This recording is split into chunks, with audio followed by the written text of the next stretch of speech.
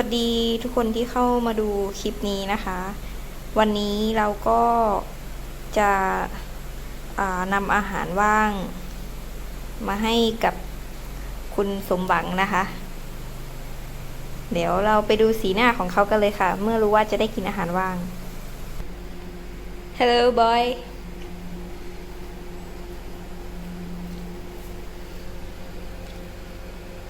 เอาไหมอาหารว่าง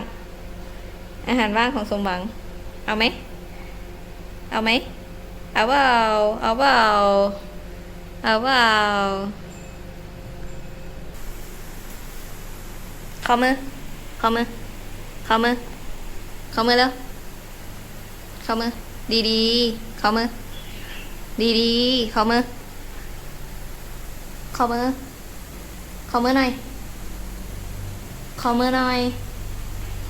เข้ามือหน่อยขี้เกียจเอ้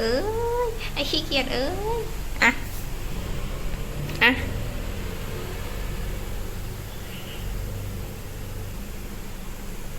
เอาดิเอาดิ